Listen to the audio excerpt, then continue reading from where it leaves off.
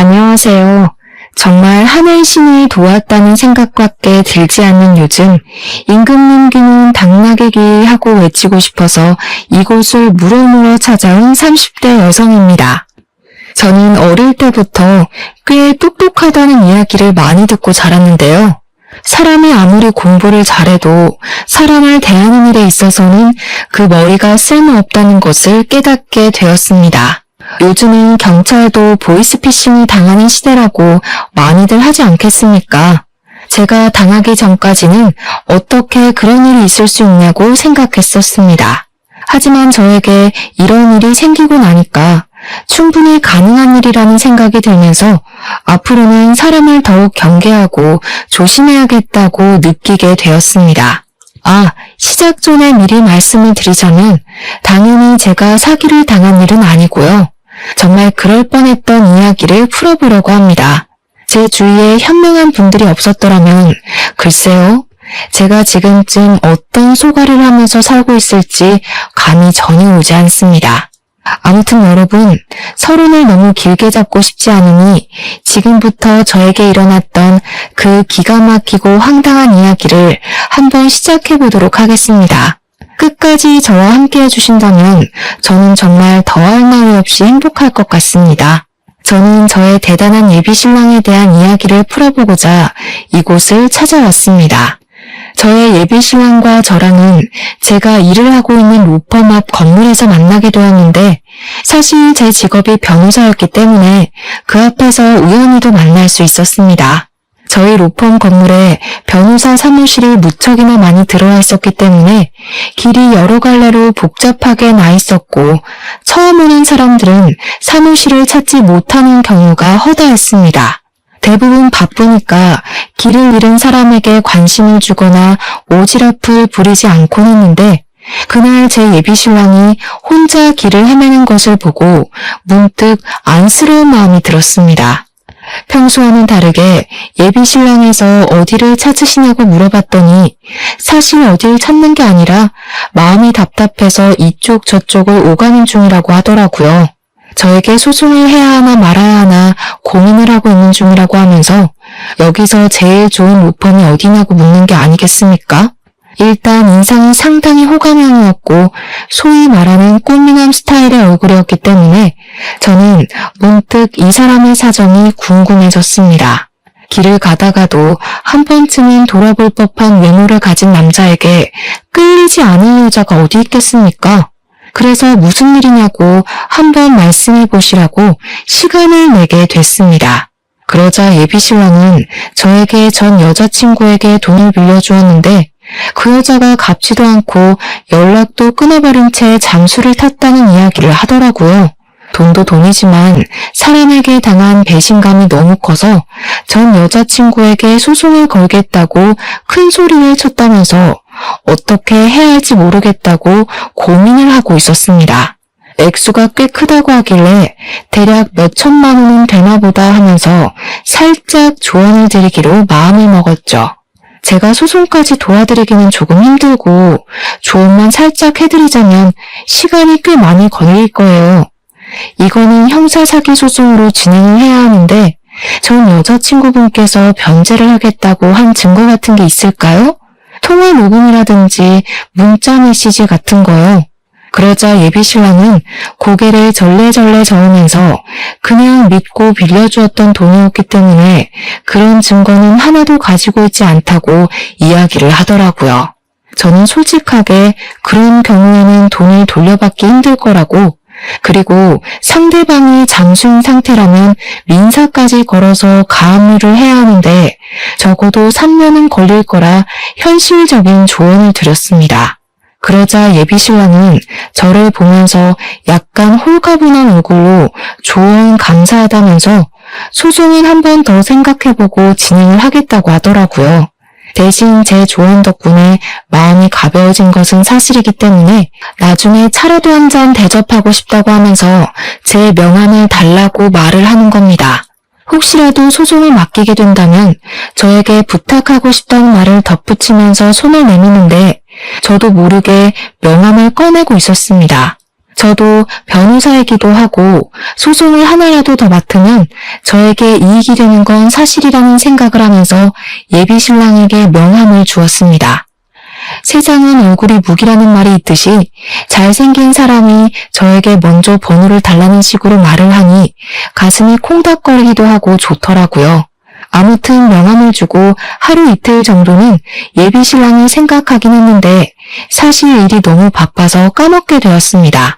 한 일주일쯤 지나서부터는 아예 그런 일이 있었던가 하는 생각이 들면서 예비 신랑의 존재를 완전히 잊어버리게 되었습니다. 인사치레였나 보다 하고 생각하기를 며칠 뜬금없는 타이밍에 갑자기 모르는 번호로 연락이 왔고 저는 직감적으로 그 연락이 예비 신랑의 연락이라는 것을 눈치챘습니다. 차 한잔하고 싶다는 말에 저도 줏대 없이 튕기기라도 했어야 했는데 바로 좋다고 대답을 해버리고 말았습니다. 아무튼 이런저런 거 다 각설하고 만나서 대화를 하게 되었는데 제 덕분에 귀찮은 일을 덜게 되었다면서 수임료를 줄 순 없지만 차를 한 잔 대접하고 싶었다고 하더라고요.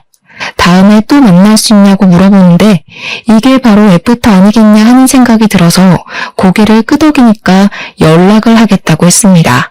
그 뒤로는 다들 예상하시다시피 매일같이 연락이 오게 됐고 저는 예비 신랑의 연락을 기다리게 되었습니다. 당연히 연락을 하는 횟수가 늘어나는 만큼 데이트도 하게 되었고 정이 붙게 되었습니다. 제가 변호사다 보니 일이 들쑥날쑥하고 바쁘기도 엄청 바쁜데 이 사람은 제가 하는 일을 전부 기다려주는 그런 남자였습니다. 저도 모르게 배려를 받고 있다는 생각이 들다 보니 점점 깊게 빠지게 되었고 저는 이 남자와 함께하는 평생을 꿈꾸게 되었습니다. 그런 생각이 들던 어느 날 저희는 결혼을 약속하게 되었고 드디어 꿈에 그리던 결혼 준비를 하기로 했습니다. 저에게 딱 하나 마음에 걸리던 일이 있었는데 그것은 바로 제가 대학을 졸업하던 시기에 저희 부모님께서 사고로 돌아가셨던 일이었습니다. 정말 예상치도 못했던 사고로 한날 한시에 부모님을 모두 잃어버렸던 저는 학교 수업을 들을 수 없을 정도로 큰 충격에 빠졌었습니다. 그래서 저는 변호사 시험조차 제대로 준비를 하지 못했었고 방황을 오랜 시간 하다가 겨우겨우 변호사가 된 케이스였습니다. 친구들에 비해서 확실히 연차가 조금 늦은 편이라 굵직한 사건은 아예 맞지를 못하고 거의 신입사원의 느낌이라고 보시면 이해하기 쉬울 것 같습니다. 근데 제 나이가 아무래도 33이나 먹었다 보니까 시댁에서는 제가 변호사로 생활한 지 시간이 꽤 흘렀을 것이라고 예상을 하셨던 거죠. 그러니까 한마디로 우리들의 인식에 있는 변호사 연봉을 떠올리면서 저를 바라보고 계셨던 것이었습니다. 하지만 저는 시댁에서 그런 환상을 가지고 있다는 사실을 전혀 모르고 시댁에 인사를 드리러 가게 되었습니다.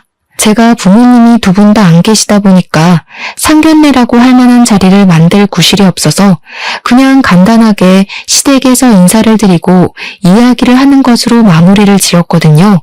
양손 무겁게 바리바리 좋은 것들을 싸들고 가서 시댁에 인사를 딱 드렸는데 저를 보자마자 환하게 웃으시던 예비 시모가 그런 말을 하시더라고요. 변호사니까 집 한 채 정도는 있겠지? 보시다시피 우리 집 형편이 그다지 넉넉한 건 아니라서 집을 턱턱 해줄 수가 없어서 말이야. 시댁을 한번 쓱 둘러봤는데 사실 낡은 연립주택 같은 곳에 살고 계셨었거든요. 외관이 별로 좋지 않아도 내부는 잘 꾸미고 사시겠지 했는데 사실 내부도 완전 엉망진창이었습니다. 군데군데 낡은 흔적들이 보이는데 예비 시모가 저에게 대놓고 지원을 해줄 수 없다고 말을 하신 게 이해가 갈 정도였습니다. 제가 살던 집이 투룸 오피스텔이었는데 저도 물론 대출을 낀 전셋집이었지만 두 사람이 살기엔 부족하지 않을 것 같다고 말을 하니 흡족해 하시더라고요. 그리고 저에게 뼈가 있는 농담을 던지셨는데 그때는 그게 정말 생지옥의 시작이라고는 생각도 하지 못했었습니다. 나중에 돈 많이 벌어서 큰 집이라도 얻게 되면 우리들 살 방도 하나씩은 마련해 주는 거지. 언제까지 이런 낡은 집에서 살아야 할지 감도 안 온다. 저는 당연히 시작부터 합가 이야기를 꺼낸다는 건 상상도 하지 못했기 때문에 예비 시모가 저에게 분위기를 풀어줄 겸 농담을 하는 것이라고 생각해서 어색하게 웃었습니다.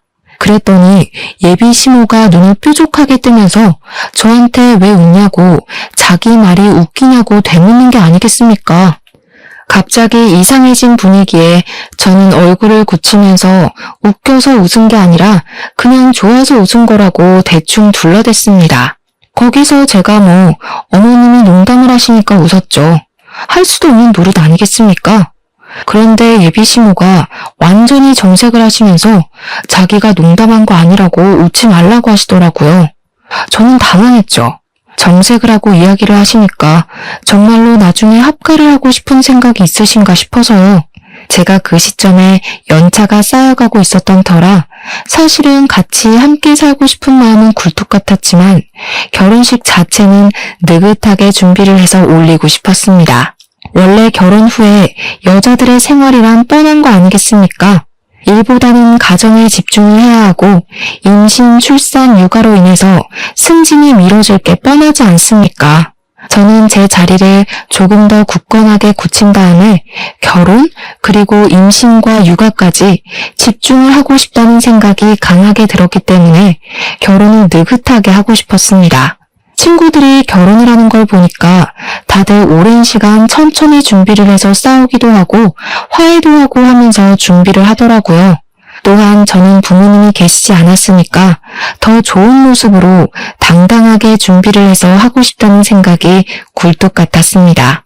시부모님께서 먼저 결혼식 날짜는 상의해 본 게 있냐고 언제가 좋겠냐고 이야기를 하시기에 저는 제 생각을 이야기했습니다.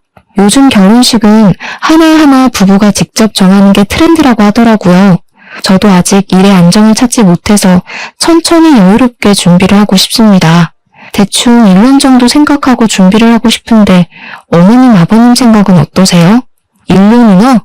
그런 건 나랑 상의한 부분이 아니잖아. 나는 하루빨리 결혼해서 당신이랑 같이 시간을 보내고 싶은데 말이야. 준비할 게 뭐 그리 많겠어? 대충 3개월 정도면 준비 다 끝나는 거 아니야? 요즘은 웨딩 플래너니 뭐니 업체에서 전부 준비를 해주는데 뭘 그렇게 귀찮게까지 준비를 스스로 해? 3개월은 너무 급한 거 아닐까? 나도 아직 하고 있는 일들이 있어서 그렇게까지 빨리는 어려울 것 같은데. 그럼 혼인신고부터 먼저 하고 같이 사는 건 어때? 같이 살다가 1년 후에 결혼식을 올리는 것도 나쁘지 않을 것 같아. 혼인신고를 먼저 하는 사람이 어디 있어. 요즘은 보통 결혼식 올리고도 같이 살다가 신고를 하는 추세라던데. 당신 지금 나 못 믿어서 그래? 나한테 완벽하게 신뢰를 느끼지 못하는 것 같다는 생각이 자꾸 드네. 나 정말 이번 일로 너무 마음 상했어. 잠시 우리 관계에 있어서 생각할 시간이 필요하다는 느낌을 받았어. 내가 그렇게 당신에게 확신을 주지 못하는 사람인가 싶어서 말이야. 저는 예비 신랑의 말에 너무나도 놀라서 그런 게 아니라고 안절부절하며 오해를 풀려고 애를 썼습니다.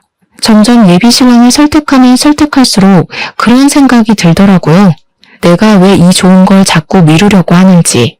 그냥 하루빨리 해치워버릴까 하는 생각 말이죠. 예비 신랑과의 대화가 길어지면 길어질수록 저는 점점 더 미궁에 빠지는 기분이 들었고 예비 신랑의 말에 빠져들게 되었습니다. 하지만 결혼식을 앞당기자는 생각을 하면서도 자꾸만 제 변호사 생활에 대한 확신이 무너지는 기분이 들어서 이러지도 못하고 저러지도 못하고 있었습니다. 결국에는 동료 변호사에게 이런 일이 있어서 결혼식을 올리는 데에 문제가 생겼다고 말을 하자 동료 변호사가 한심하다는 듯이 저에게 말을 하더라고요. 민지 씨, 지금 예비 신랑분한테 혹시 가스라이팅 당하는 거 아니야? 급할 게 뭐가 있겠어. 결혼이야말로 모를 수 없는 신중한 건데 그냥 소신대로 천천히 생각해보고 결정해. 세상에 남자가 민지 씨인 하나만 있는 것도 아니고 그 사람 놓쳐도 좋은 사람 또 찾으면 나온다니까. 그리고 얼굴밖에 봐줄 것도 없는 사람이라고 하지 않았어? 나는 아무리 생각해도 민지 씨가 아깝다는 말이야. 정말 친하게 지내는 동기인데 그런 식으로 말을 하면서 제 의견에 힘을 실어주니까 제 팔랑귀가 다시 한번 움직이더라고요. 결국 저는 결심을 굳히고 예비 신랑에게 말을 했습니다. 화가 나고 신뢰를 운운해도 한 번뿐인 결혼식 잘 준비하고 싶고 신중하게 결정하고 싶다고 말입니다. 예비 신랑은 제가 똥꼬집을 부리자 한 발 물러서서 알겠다고, 그러면 미리 약혼이라도 올리자고 하길래 시댁 식구들을 불러놓고 조촐하게 밥을 먹으면서 약혼식을 올렸습니다. 약혼식을 올리고 난 이후에 저는 한결 마음의 편안함을 얻게 되었고 일과 사랑을 모두 얻었다는 생각에 하염없이 기쁜 나날들을 보내고 있었습니다. 약혼식을 한 지 며칠 지나지 않아서 예비 신랑이 저에게 결혼 전에 동거를 한번 해보는 것이 어떠냐고 조용히 제안을 해왔습니다. 처음에 결혼 전에 동거에 대해서 좀 안 좋게 생각했던 저는 예비 신랑에게 그냥 결혼식을 올리고 같이 사는 것이 좋겠다고 했는데 예비 신랑이 짐을 싸들고 저희 집에 찾아왔습니다. 이 짐이 다 뭐냐고 물어보니까 결혼 전에 같이 살면서 서로의 습관에 대해 미리 알아두면 좋지 않겠냐고 저를 가만히절로 꼬아내더라고요. 생각을 해보니까 시댁이 워낙 좁고 낡기도 했고 시부모의 신혼까지 같이 사니까 예비 신랑에게도 자기만의 공간이 생기는 게 낫겠다 싶었습니다. 당황스러운 마음이 먼저 들긴 했지만 저도 어차피 헤어지는 게 싫기도 해서 예비 신랑의 짐을 저희 집에다가 드리게 되었습니다. 같이 살다 보면 예비 신랑의 장점에 대해 더 많이 알 수 있지 않을까 하고 생각했는데 제 예상보다 훨씬 더 좋은 점이 많이 느껴졌습니다. 예비 신랑의 최대 장점은 말입니다. 집안 살림에 도가 텄다는 것이었습니다. 제가 일이 바쁘다 보니까 야근을 하는 날도 많았고 집안 살림에 신경을 쓰지 못하는 날이 수두룩했는데 그럴 때마다 제 야식까지 챙겨주고 빨래나 청소도 다 해주더라고요.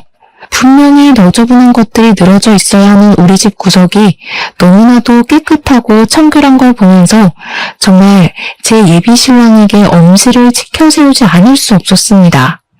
혼자 쓸고 닦고 제 취향에 맞춰서 음식도 해주고 어디서 이런 자상한 남자가 나타났을까 하면서 부모님이 주신 선물이라고 생각했습니다. 그런데 아무리 생각해도 일을 하는 사람이 이렇게 여유롭게 집안 살림을 챙길 수 있나 하는 의문이 생겼고 저는 예비 신랑에게 물어보게 되었습니다. 직장은 어떻게 되었냐? 여기서 출퇴근하는 거 너무 멀어서 힘들거나 하지 않냐? 일하느라 힘들 텐데 집안 살림까지 신경을 쓰냐고요. 그랬더니 예비 신랑 입에서 터져나온 말은 저를 충격에 빠뜨렸습니다. 너 일 그만뒀어. 그게 무슨 소리야?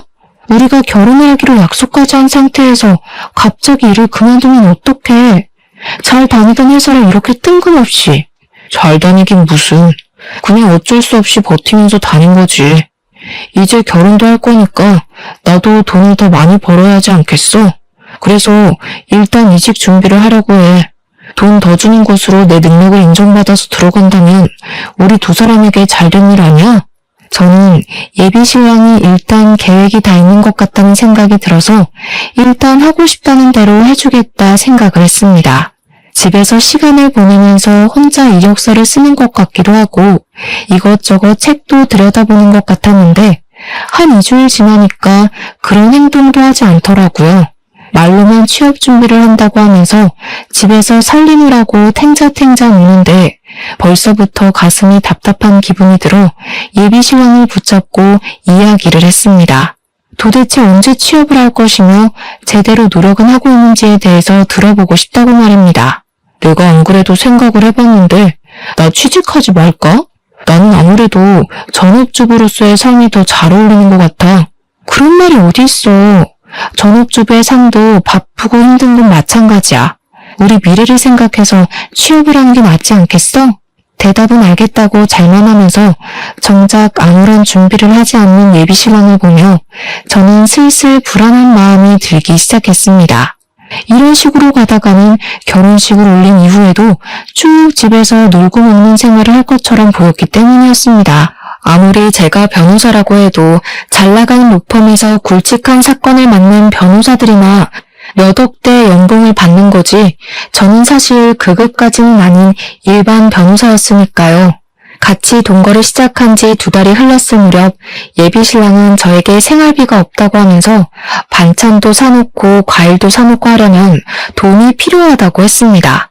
당당하게 저에게 두 손을 내밀면서 생활비 명목으로 사용할 카드를 달라고 하는데 기가 막히면서도 저를 위해 쓰는 돈이니까 하는 생각이 들었습니다. 집안 살림 자체를 어느샌가부터 예비신랑이 전부 도맡아 하고 있었기 때문에 저는 카드를 건네줄 수밖에 없었죠. 사실 그 덕분에 집안 살림에는 손 하나 까딱 안 하고 바깥 일에만 집중을 할 수 있고 집을 오로지 휴식의 공간으로 사용할 수 있다는 점이 고맙기도 했습니다. 예비신랑에게 신용카드를 하나 주고서는 생활비 목적으로 사용을 해주라고 신신당부를 했는데 그 카드의 한도가 300만 원짜리였습니다. 아무 생각 없이 일을 하고 있는데 갑자기 드르륵 하는 진동 소리와 함께 문자 메시지가 쏟아지더라고요. 이게 다 뭔가 싶어서 문자 메시지를 보는데 글쎄 결제 내역이 수두룩하게 도착한 게 아니겠습니까? 거기다가 제일 마지막 문자는 한도가 초과되었다는 메시지였습니다. 너무 놀라서 카드가 도난이라도 당한 건가 싶어서 내역을 샅샅이 살펴보는데 무슨 마트뿐만 아니라 백화점 결제 내역도 있더라고요. 거기에 제일 황당했던 것은 휴대폰 게임 결제 내역까지 있는데 정말 알차게 300만 원이라는 돈을 다 쓴 것 아니겠습니까? 이렇게 카드를 사용할 사람은 예비신랑밖에 없었기 때문에 저는 바로 예비신랑에게 전화를 걸어서 물어보게 되었습니다. 제가 전화를 걸어서 일일이 사용처를 물어볼 것이라고는 예상을 못했는지 변명 아닌 변명을 하면서 회피를 하려고 하더라고요. 마트에서 장 본 거는 우리가 먹을 음식 재료들이고 백화점은 내가 옷이 없어서 옷 좀 몇 벌 샀어. 근데 사는 김에 나도 아들이니까 우리 부모님께 효도하고 싶어서 당신 카드로 부모님 선물도 좀 샀고 우리 부모님한테 잘 보이면 당신도 좋은 거 아니겠어? 미안하고 내가 꼭 취직해서 이거 다 갚을게. 당신한테도 잘할게. 휴대폰 게임 내역은 뭐야? 그것도 그 카드로 결제됐어? 몰랐어. 미안해. 휴대폰 소액 결제로 계산한 줄 알았는데. 그 변명을 저는 그냥 믿어주기로 했습니다. 어차피 한도에 맞추면 그만인 것이고 예비신랑이 나중에 취직해서 갚겠다고 했으니까요. 예비신랑 말대로 시부모에게 선물을 사줘서 점수를 따게 된다면 저에게도 나쁘지 않은 거래라고 생각을 했기 때문에 변명인 걸 아면서도 모른 척 넘어가 준 것이었습니다. 문제는 그 다음 달에도 비슷한 이유를 대면서 한도 300만 원을 꽉 채워 사용을 했고 저도 한 달에 버는 돈이 정해져 있었기 때문에 감당하기가 어렵다고 느껴졌습니다. 그래서 300만 원의 카드값을 매달 내긴 무리라는 생각에 한도를 120만 원으로 줄이게 되었습니다. 사실 제가 생각한 한 달 생활비는 100만 원이었거든요. 그러니까 120만 원이면 20만 원 정도는 용돈으로 사용해도 되겠다고 생각했던 것입니다. 그랬더니 예비신랑이 그걸 알고 나서 저에게 불같이 화를 내는 것이 아니겠습니까? 어떻게 카드 한도를 120만 원으로 줄일 수가 있어? 당신 돈도 넉넉하게 벌면서 나랑 우리 집에 돈 쓰는 게 그렇게 아까워? 진짜 치사하다 치사해. 내가 꼭 취직해서 갚는다고 이야기를 했는데도 고작 그 돈이 아까워서 120만 원으로 한도를 줄여? 내가 그 카드 줄 때 분명히 생활비로 사용해달라고 했는데 생활비보다는 당신이 사치하는 데 더 많은 돈을 투자하는 것 같아서 줄인 거야. 2달 동안 생활비로 쓴 돈을 보니까 100만 원 정도 되길래 나머지 돈은 커피라도 사 먹으라고 내버려 둔 거고 나는 당신이 이런 걸 하나하나 따질 줄 몰랐어. 정말 화가 난다. 사랑하는 사이에 그런 걸 따지고 싶은 생각이 든단 말이야. 저는 도대체 예비신랑이 왜 저에게 화를 내면서 따지는지 이해를 할 수 없었습니다. 하지만 너무 삐진 티를 내길래 일단은 풀어주려고 노력을 했습니다. 예비신랑의 논리는 엉뚱하기도 하고 말이 안 되는 이야기이긴 했지만 너무 사랑했기 때문에 제가 져준다는 느낌으로 말입니다. 그런데 그러면 안 됐습니다. 저를 완전히 호구로 보기 시작했기 때문이었습니다. 같이 동거를 한 이후에 시댁에서는 저에게 변호사 며느리를 뒀으니까 앞으로 살만 나겠다면서 잘 부탁한다고 하시고는 매달 용돈을 100만 원씩 보내달라고 하셨습니다. 저는 그 이야기를 듣고 너무 깜짝 놀라서 저도 모르게 그게 무슨 소리냐고 시부모님을 향해서 소리를 조금 높여 말을 했습니다. 왜냐하면 저도 연차가 많이 쌓이지 않은 변호사였기 때문에 버는 돈이 무척이나 한정적이었고 앞으로의 결혼 생활을 생각하면 100만 원이라는 돈은 너무 큰 돈이었기 때문이었습니다. 매달 100만 원씩 적금이라도 붓는다고 치면 5년이면 6천만 원 아니겠습니까? 저희가 혹시라도 임신이라도 하게 된다면 필요해질지 모르는 돈이잖아요. 저한테 한 달에 100만 원은 너무 부담스러운 금액이라고 생각합니다. 제가 변호사이긴 하지만 연차가 얼마 되지 않아서 무리거든요. 그렇게 월급을 많이 받는 편이 아니기도 하고요. 그래도 앞으로 연차가 쌓이면 점점 더 많이 벌 거 아니니? 생활이 안정되고 나서 임신을 하는 게 좋지 않겠니? 너네는 집도 있고 차도 있고 있을 만한 거 다 있는데 뭐 한다고 효도하는데 돈을 아끼는 건지 잘 모르겠다. 너 부모님도 없는데 우리한테 잘하면 나중에 다 피와 살이 되는 일인 거야. 그러면서 저에게 다음 달부터 무조건 100만 원씩 입금을 하라고 막무가내로 구는 게 아니겠습니까? 그런데 예비 신랑이 저에게 그러는 겁니다.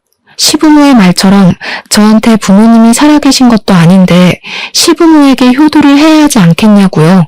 그 말이 저에게 조금 상처로 찔리기도 했고 일도 그만두고 제 카드로 하루하루를 살아가는 사람이 저에게 할 말은 아니라는 생각이 들었습니다. 분명 처음에는 너무나도 행복한 동거고 결혼 준비였는데 시간이 가면 갈수록 삐걱거리는 느낌을 지울 수가 없었습니다. 거기다가 남편에게는 철이 상당히 없는 예비 신우가 하나 있었는데 그 예비 신우가 쐐기를 박는 말을 하더라고요. 우리 새언니가 변호사씩이나 되는데 나한테 명품 가방 하나만 주면 안 돼? 드라마 같은 거 보면 변호사들 다 명품백 들고 다니던데 언니는 몇 개 있어? 제가 또 아쉽게도 명품 같은 것에 별로 관심이 없어서 가지고 있는 명품 가방이 없었거든요.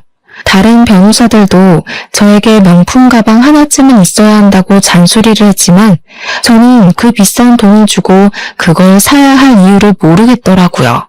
그래서 예비 신우에게도 그냥 솔직하게 명품 가방 같은 거 없다고 관심 없다고 이야기를 했더니 예비 신우가 어쩌면 여자가 그런데 관심도 없냐며 호들갑을 떨더라고요.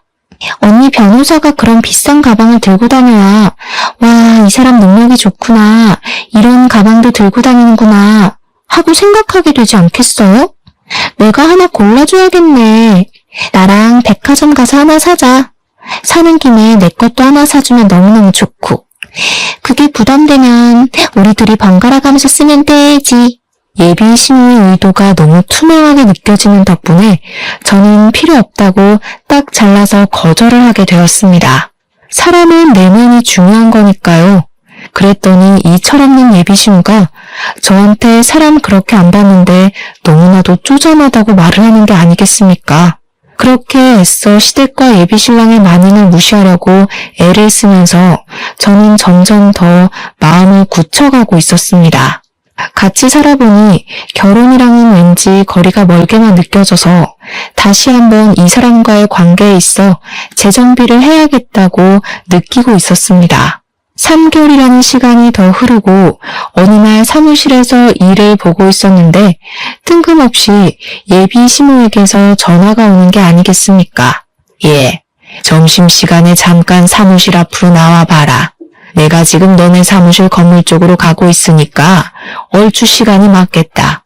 저는 무슨 일이라도 생긴 건가 싶어서 급하게 일을 끝내놓고 점심시간에 맞춰서 예비 신우를 만나러 나갔는데 그 자리에 예비 신우랑 남편도 같이 와 있더라고요.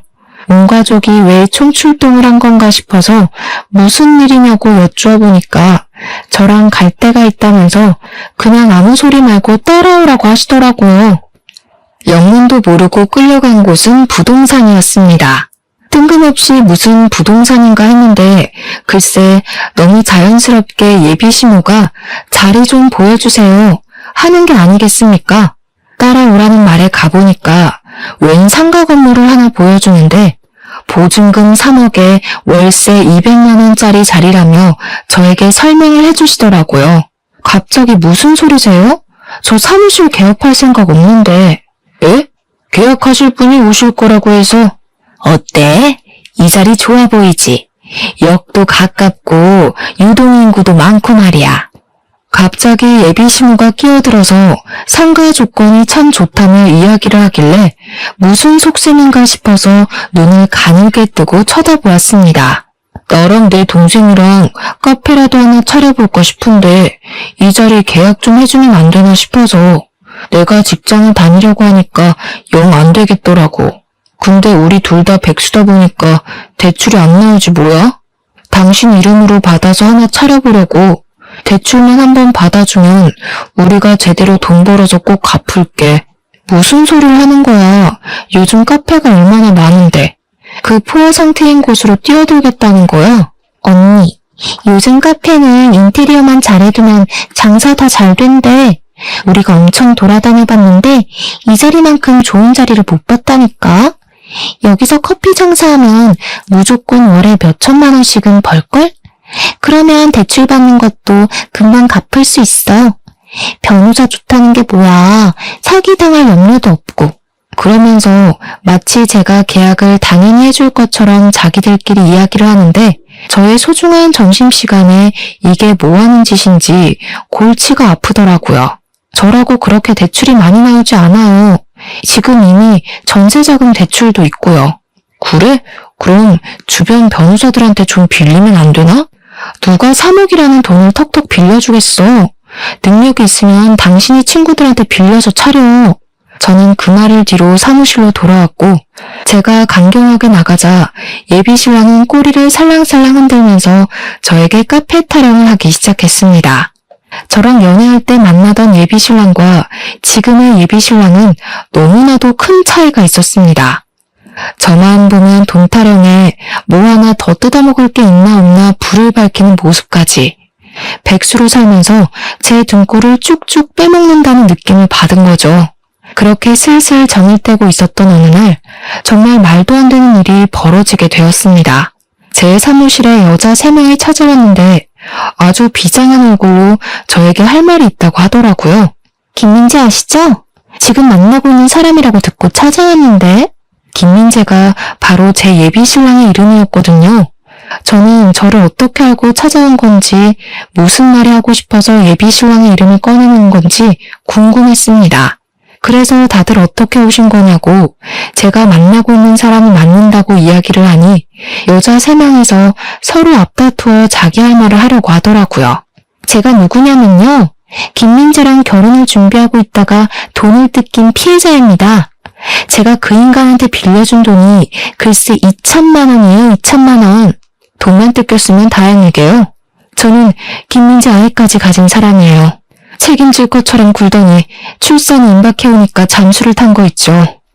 이미 아이를 지우기에는 늦은 상태였고 어쩔 수 없이 출산까지 한 다음에 친자 검사까지 했어요.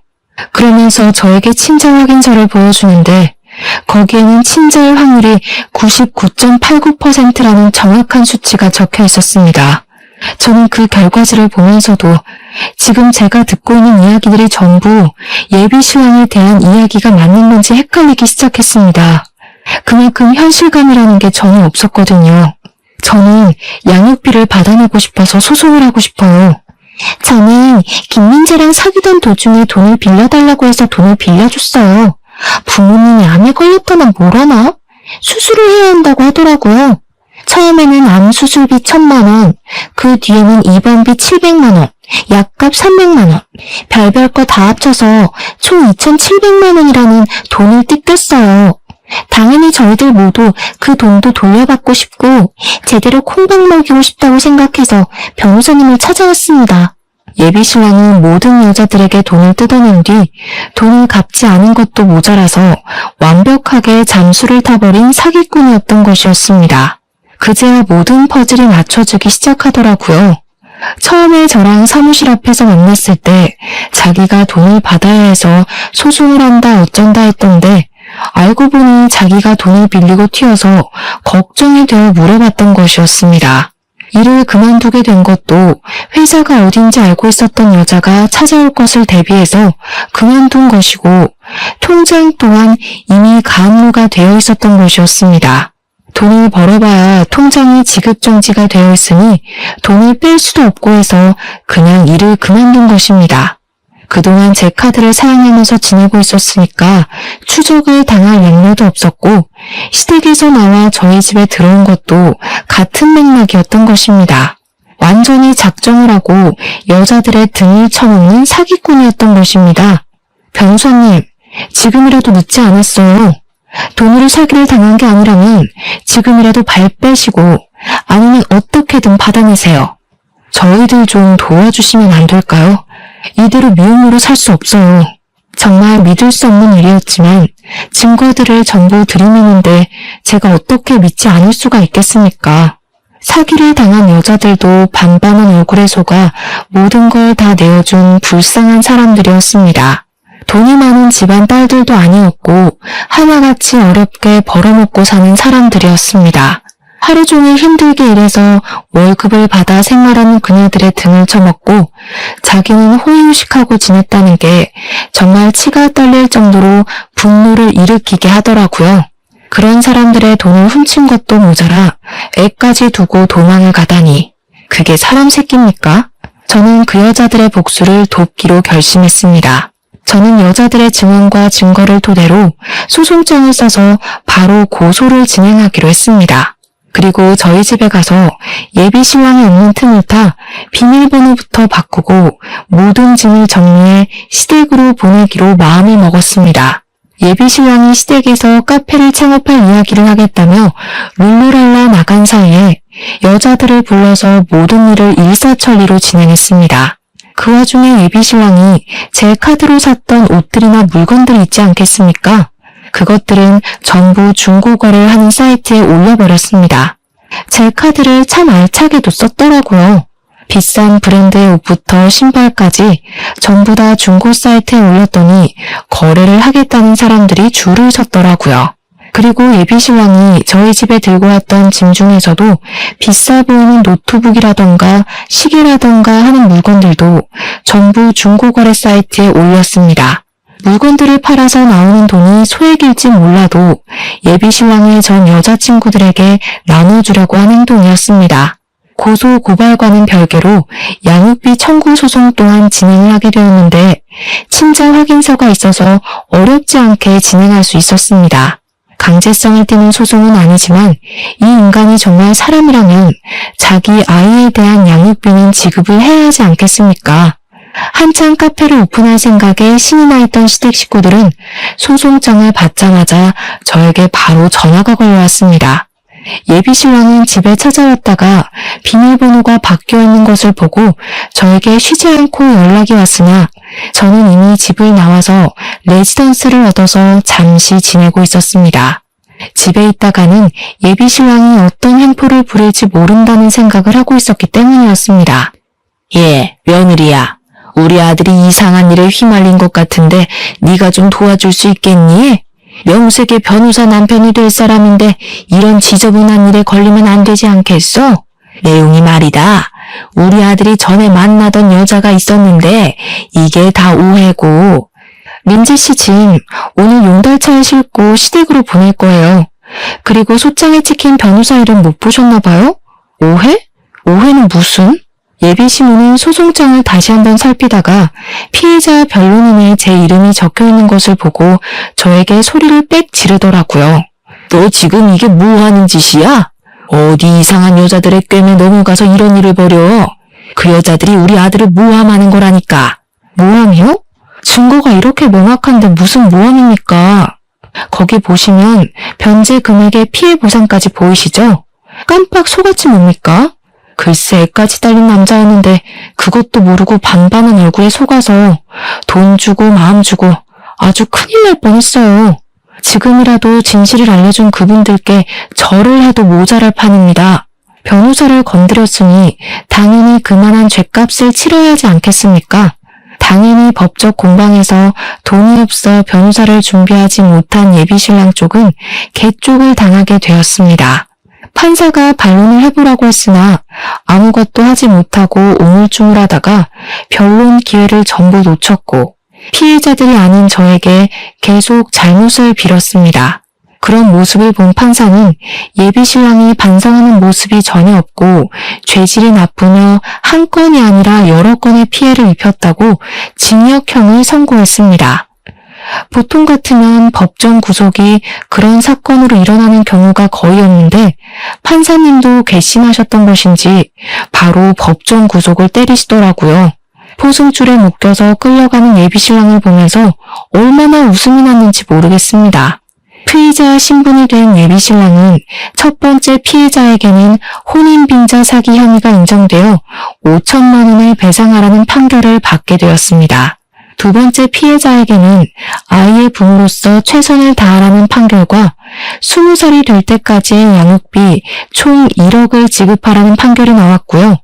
세 번째 피해자에게는 병원비 명목으로 뜯어낸 돈 3,700만 원과 피해보상 금액 500만 원까지 4,200만 원을 지급하라는 판결이 나왔습니다. 판사님께서 판사봉을 땅땅땅 치는데 피해자분들이 제 손을 잡고 눈물을 줄줄 흘리시더라고요. 그동안 마음고생이 심했다고 하면서 너무 감사하다고 하는데 저도 그분들께 감사했습니다. 덕분에 이런 사기꾼과 헤어질 수 있게 되었으니까요. 그 이후 법정 구속이 된 예비신랑은 교도소에 들어가게 되었는데 이번에는 예비신호가 저에게 전화를 해서는 엉엉 울면서 빌더라고요. 정말 우리 한 번만 살려주면 안 되겠니? 벌금이 무려 2억 가까이 된단다, 2억. 우리 살림에 그런 큰 돈이 어디 있어. 한 번만 살려주면 내가 이 은혜 절대로 잊지 않으마, 응? 이 늙은이가 이렇게 부탁한다. 앞으로 욕심도 부리지 않을게. 이대로 끝인 줄 아셨겠지만 아직 김민재 씨가 쓴 제 카드값도 남아있거든요. 알차게 사용한 800만 원도 받아낼 건데요. 그 이후에 저는 그 인간과 연관이 된 모든 사람의 연락처를 차단해버렸습니다. 나중에 이야기를 들으니 꼼짝없이 수감 생활을 하게 된 아들의 뒷바라지를 하기 위해서 그 낡은 연립주택까지 팔아치웠다고 하더라고요. 오갈 곳이 없어서 친척 집을 전전긍긍하면서 하루 벌어 하루 먹고 산다고 하던데 아주 꼴이 좋게 된 거죠. 연립주택 판 돈으로 피해자들에게 피해 보상까지 다 했다고 하더라고요. 법정 이자가 붙으면 갚기가 더 힘들기 때문에 아마 급한 불부터 빠르게 끄려고 한 게 아닌가 싶습니다. 이 기회에 저는 또 새롭게 법의 무서움과 공정함에 대해 알게 되었습니다. 앞으로는 여자 등 처먹을 생각하지 말고 제정신으로 살았으면 하는 게 한때 사랑했던 사람으로서 마지막 부탁이라고나 할까요? 제가 살아가는 세상에 이런 일이 더 이상은 나타나지 않길 바라면서 이쯤에서 글을 마무리하도록 하겠습니다. 제 이야기를 끝까지 들어주신 여러분께 항상 행운이 가득하길 바라겠습니다.